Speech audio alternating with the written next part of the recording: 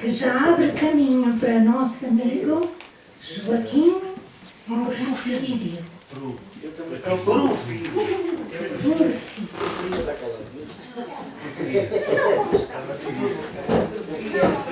Mas agora vai ficar muito melhor. Olha aqui. Isso era de grande novidade. Dicionário que o José Viana é que no dicionário, não é? E o significado que eu tinha de chato era aquele que a gente encontrava na rua e perguntava como está. E ele começava a explicar. Nunca mais Nunca acabava. mais acabava isso.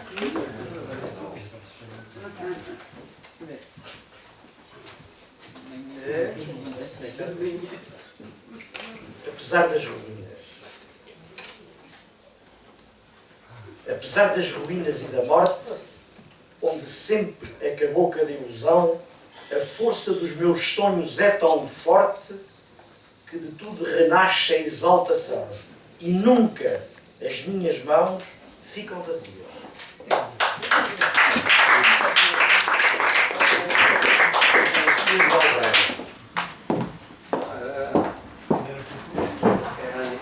E agora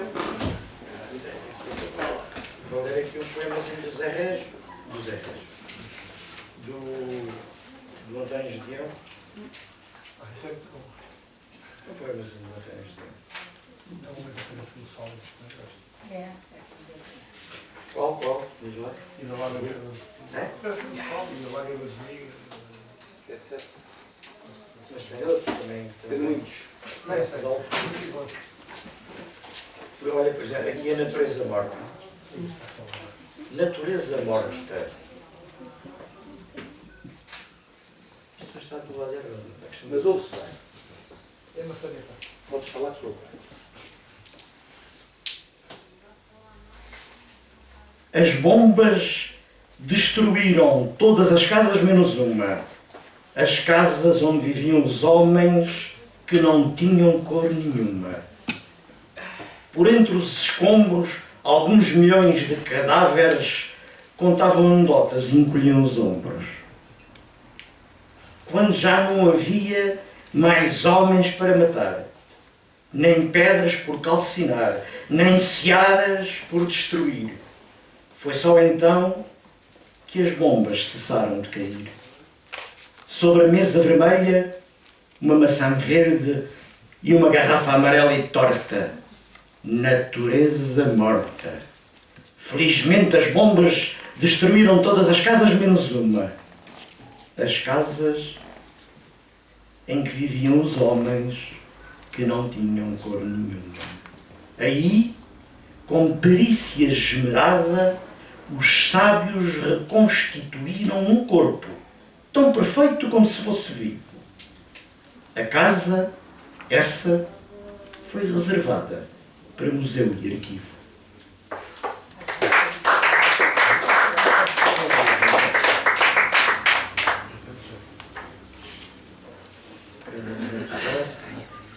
A lição sobre a árvore, Fechetler, também é giro.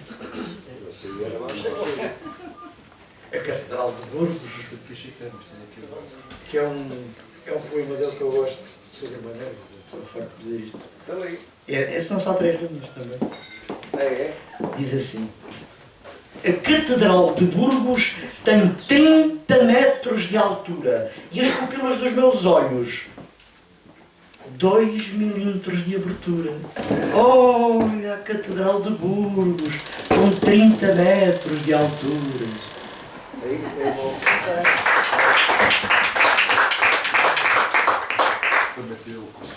Embora o meu poema preferido dele seja a mãezinha, aqui deste livro, que eu acho que é uma pequena delícia. É assim, eu quando era professor, agora já deixei disso, embora não tivesse nada a ver com isso, não tivesse nada a ver com a parte das línguas, que era professor de matemática, sempre meti um bocado na cabeça que havia de trazer os miúdos, fazer um bocado o gosto, trazer um bocadinho o gosto pela leitura e pela poesia. E eu fiquei, começava a falar, vocês, eu falo, tenho que ler poesia, não sei o quê, mas deve ter um andar diferente, a coisa dele. Eu sou poesia, era um gajo é duvidoso e tal. E a maneira que nós tínhamos de conseguir que os miúdos gostassem de poesia, e através da poesia depois vem o gosto pela leitura, etc. Não é? Para mim, era sempre de duas maneiras. Ou arranjávamos um poema muito simples, de fácil compreensão, como são os poemas, a maioria dos poemas do António Judeão, ou pegávamos um poema, por exemplo, como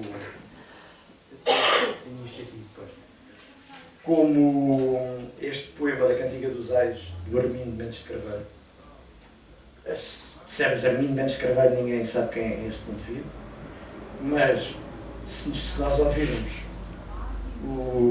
a representação do Mário Viegas a dizer este poema do Armindo Mendes de Carvalho, quer dizer, toda a gente fica, mas quem é este fulano? Depois não encontra grande coisa, encontra algumas coisas, que ele escreveu mensagens sobre teatro, ele era muito amigo do David Nuno Ferreira e também era um bom poeta. De qualquer forma, não é conhecido, porque deixou pouca obra, mas, dizia eu, o cativar os putos, não é? Como nós costumamos dizer, ou é através de uma poesia muito simples, ou é através da forma como se diz. Esta história da Cantiga dos Ais, eu vou ler a Cantiga dos Ais. Cantiga dos Ais que é um texto que, se for simplesmente dito, se não for minimamente representado e puxarmos pelo interior, aquilo passa completamente despercebido. E este poemazinho, de facto, pelo menos conseguiu, que eu me lembro, em 2 miúdos de 11º ano, começarem a dizer, mas quem é esse homem e tal? Mas ouve, a intenção disto é mais tu conhecer, se calhar, o Mário Viegas, está bem? E depois depois has de ver, e pelo menos 2 miúdos que se interessaram em isto já é uma coisa muito, porque depois entre eles entendem-se melhor, não é?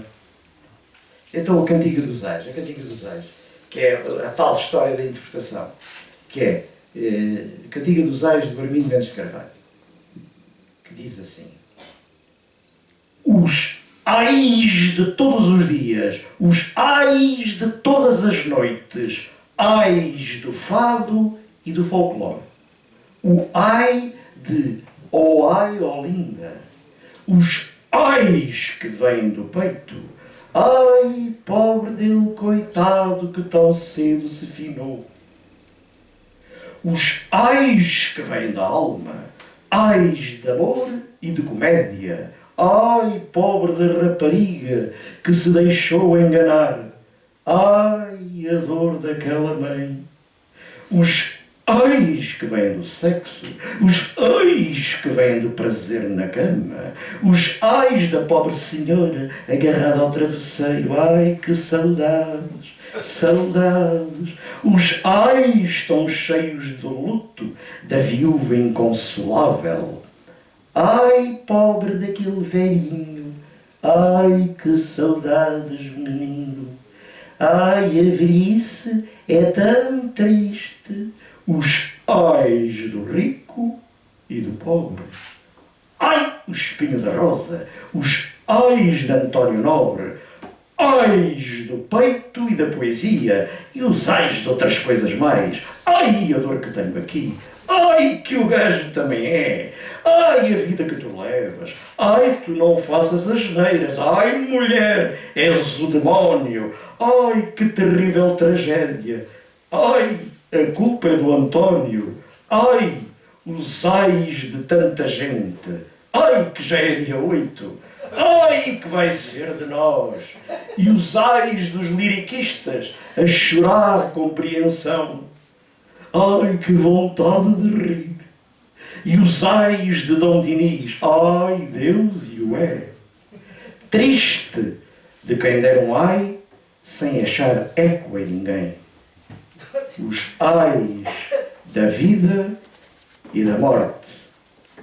Ai, os ais deste país.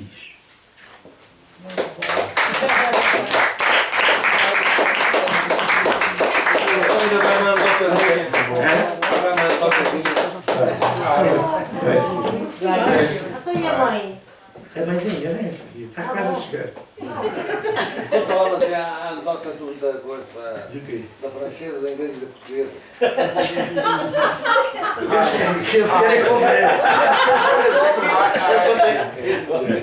Está bem, já está. O que é que vais fazer? Eu não posso estar a monopolizar. É poesia. Então eu vou. É mãezinha. Ai, os ais. Ai, como eu dói aqui. Ai, estás a pisar. A terra do meu pai era pequena e os transportes difíceis. Não havia comboios, nem automóveis, nem aviões, nem mísseis. Corria branda a noite e a vida era serena. Segundo informação concreta e exata dos boletins oficiais, viviam lá na terra, a essa data, 3.023 mulheres, das quais 43% eram de tenra idade, chamando tenra idade à que vai desde o berço até à puberdade.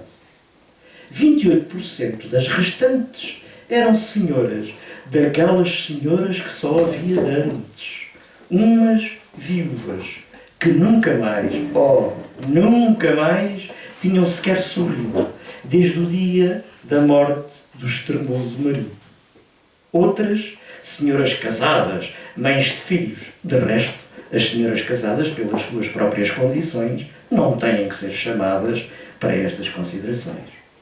Das outras, 10% eram meninas casadoiras, sereníssimas, discretas, mas que, por temperamento ou por razões mais ou menos secretas, não se inclinavam para o casamento. Além destas meninas, havia, salvo erro, 32, que à meia luz das horas vespertinas se punham a bordar por detrás das cortinas, espreitando de revés quem passava nas ruas.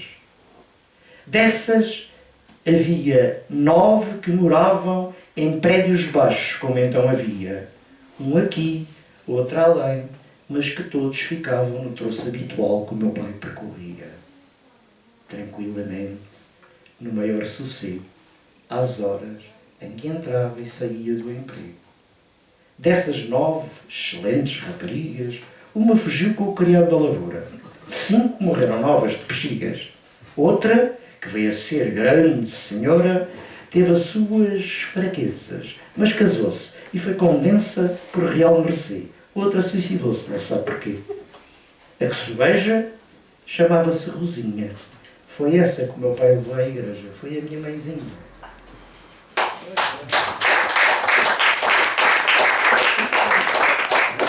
Agora para acabar, aquela anedota. Foi a andota. Não é politicamente correta. É, essa anedota. São os maiores. Essa anedota é corretíssima. Eu acho que foi uma anedota, mas foi um caso verídico. São os melhores. Isto foi um caso verídico. Isto veio... Pois, era tão verídico. Veio no Correio da Manhã também. Que é a notícia. Dizia assim, houve um encontro internacional aqui em Portugal. Foi um encontro que durou quase um mês. Houve um seminário primeiro. Foi o patrão. Foi uma cambalhota. Mais do que um encontro, uma cambalhota. Cambalhota coletiva, que é mais interessante. E o encontro era sobre... Era um encontro de feministas, de mulheres que ninguém fazia farinha com elas. E então resolveram pôr em prática, criar uma situação prática e depois analisar o que é que se passava, como é que foi a experiência, tirar conclusões. E a situação era esta: bom, vamos para casa e toda a gente se recusa a fazer seja o que for aos maridos. Não passa ferro, não faz comida, pá. Eles que se desenrascam, então que história é esta?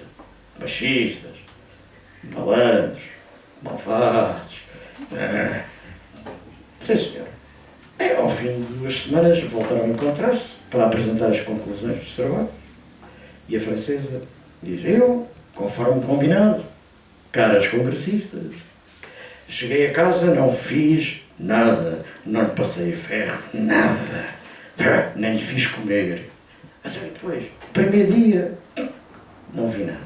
No segundo dia, não vi nada. Ao terceiro dia, já ouvi no fogão de roda de frigideira, estava a fazer um vinho, estava às escondidas, mas lá está, veio a inglesa, e eu fiz exatamente a mesma coisa, companheiras. Comida, passar a ver, nada. Não fiz nada.